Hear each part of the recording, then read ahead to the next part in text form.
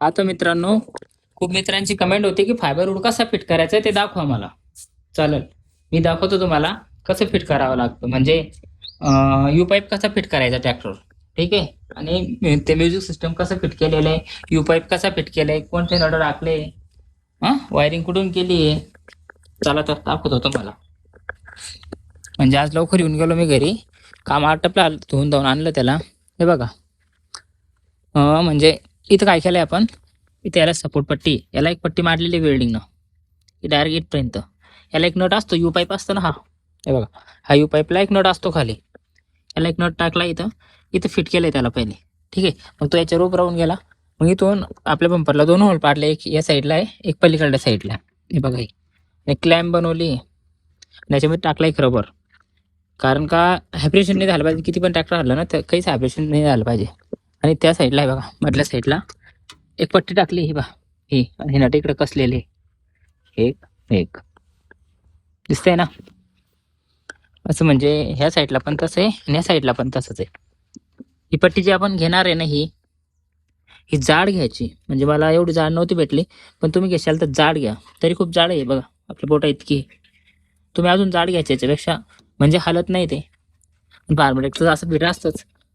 स्वराचं काय असतं माहिती का, त्याला हे डायरेक्ट नट नाही येत, त्याला इथले याच्यातच राहतं फक्त. म्हणजे डायरेक्ट याच्यात थ्रेट राहता आणि त्या थ्रेटवर फिट असते बंपर. त्यांना थोडं प्रॉब्लेम आहे, कारण का ते कधी पण तुटू शकतं ना. त्या कारणामुळं म्हणजे हे असं सरळ असलं तर काहीच प्रॉब्लेम नाही राहणार आहे. हे असं फिट करायचं, पण तुम्ही स्वराजला पण असंच फिट करावं लागतं आणि याला पण. आणि ते न्यू हॉलंड येतं ना, त्याला डायरेक्ट समोरून आणावं लागतं. तो पाईपच म्हणजे हा यू पाईप राहतो ना, हा क्रॉस राहतो असा, तिथून राहतं डायरेक्ट इथून इकडं आलेलं असतं. कारण का त्याचं जे ॲक्सल असतं ना, ते पुढं असतं त्या कारणामुळं. आणि टायर त्याच्या मागं असतं, म्हणजे इथं जेंट ॲक्सल असतो न्यू हॉलंडला, याला नाही आहे, याला डायरेक्ट ॲक्सल आहे अखंड. त्याला जेंट असतं त्या कारणामुळे त्याचं ॲक्सल पुढं असतं ना, त्याला यू पाईप असं मागं घेऊन लावावं लागतं. आणि याला पण इकडून पण क्लॅम्प टाकलेली आहे आणि हे टायरचं रबर टाकलेलं आहे मध्ये, म्हणजे हलणार नाही. आणि म्युझिक सिस्टम कसं फिट केलं आहे, इथे वेल्डिंग केलेली डायरेक्ट. वेल्डिंग मारून अँगल मारून घेतले, एक जाडी बनवून घेतली, जाडीला हा सपोर्ट दिला आहे. हे बघा, बघू शकता तुम्ही, असं सपोर्ट देऊन असं फिट केलं. पण फिट करताना ट्रॅक्टर सरळ जागेवर उभं करायचं बरं का. म्हणजे आता समजा आता हे तर खाली असं पुढून ते उभं आहे, तर असं समोर एकदम सरळ जागेवर उभं करायचं. आणि हा यू पाईप आहे ना, आपण बसवताना हा सरळ आला पाहिजे डायरेक्ट असं. एक मिनटं, हा यू पाईप आहे ना सरळ आला पाहिजे, एकदम सरळ. म्हणजे हा टप आहे ना, असं पुढं पण नाही झुकणार आणि मागं पण नाही होणार, एकदम सरळ आला पाहिजे. लांबून दाखवतो तुम्हाला, एक मिनिट. हे बघा, आपला कसं एकदम सरळ आहे ना. आणि जास्त म्हणजे यू पाईपची हाईट जास्त येते, म्हणजे कंपनीवरून आपल्याला जास्तच येणार आहे. इतकी हाईट नाही करायची. आता त्याची हाईट समजा 6 इंच कमी केली मी बसवताना, ही हाईट आहे ना. हे पहा, हे यू पाईप पण कापलाय मी खालून, कारण हा यू पाईप आहे ना इतका लांब होता परत खाली 6 इंच. म्हणजे तो जास्त वर जातो, मग चांगला नाही दिसत. त्या कारणावर मी त्याला कापून टाकलाय आणि हाईट कमी केलेली आहे. हे असं फिट करायचं सोपं असतं, ते काहीच नाही. आणि फायबर म्हणजे 4 नटात फिट असतं. हे बघा, एक नट इट आहे, एक तिट आहे. वरतून पण दाखवतो तुम्हाला नटावरती कसे असतात. अटकत विटकत नाही बरं का कुठं. हे पहा, याच्यावरती नट नाही गेलेले असते त्याचे, बघितले, असे नट असते त्याला फिट केलेले. काहीच अवघड नाही आहे. आणि हा, हे पण विचारलं होतं, हे रेस कशी बनवायची वरती, चला ते पण दाखवून देतो.